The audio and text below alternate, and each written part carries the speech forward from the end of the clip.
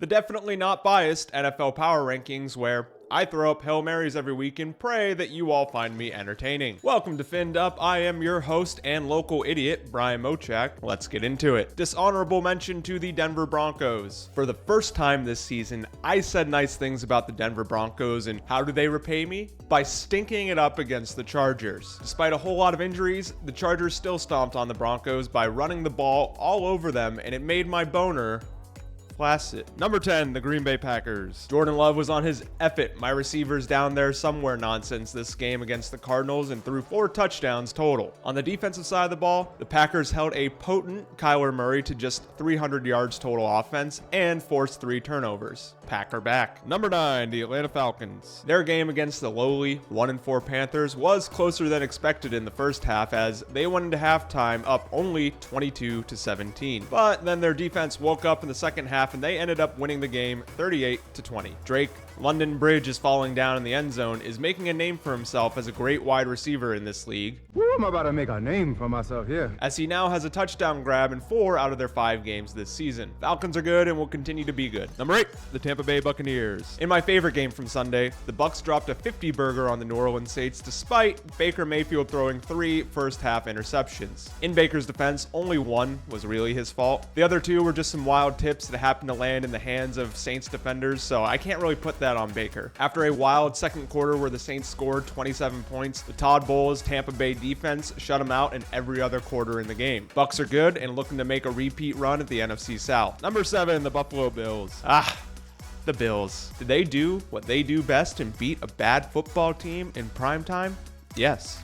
Yes, they did. Despite the Jets being in complete dumpster fire and firing their head coach Robert Saleh earlier this week, this game was actually pretty close and went down to the wire. The Bills have 4 wins against teams with a losing record this year and are 0-2 against teams with a winning record, but hey, they are still first in the AFC East, and I can't hold that against them. Josh Allen is still really good out there doing Josh Allen things, and apparently now they can run the ball. So Bills at 7, even though I still hate them. Number 6, the Washington Commanders. The Red Scare brought it to the Ravens in Baltimore on Sunday as Jaden Daniels traded blows offensively with Lamar Jackson in a fun one. Daniels showed that even against stiffer competition in the Ravens defense, he can still ball, as he made plays to keep his team in it all game long. The Commies defense, however, still needs to do a lot of work on that side of the ball if they're going to be a true contender. With that being said, they're still 4-2. They're still first place in a bad NFC East, and I think they're a good football team, so go Commies. Number 5, the Houston Texans. The Texans did what everybody expected them to do and kicked the crap out of New England Patriots on Sunday. Joe, I'm not a crook Mixon came back, and surprise, surprise, they were able to run the ball again because,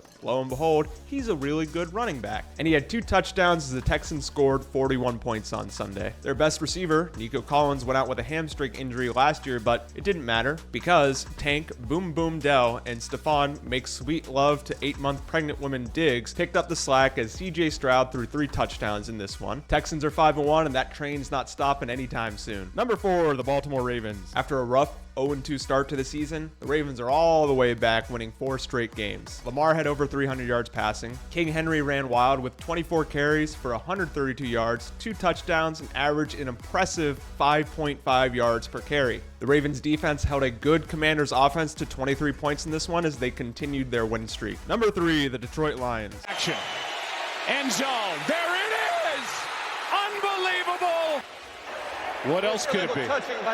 Do you think the Lions were still mad about last year's game against the Cowboys where they got screwed? I think they were still mad. The Lions were on their F around and find out stuff in this game where they completely wiped the floor with the Cowboys. They were running triple reverse flea flickers, design down the field laterals to offensive linemen. They're lining up other offensive linemen as wide receivers and letting them run routes. They were completely just screwing around with the Cowboys at a certain point in this game. And it was beautiful, all of it. Man Campbell rules. Lions are great.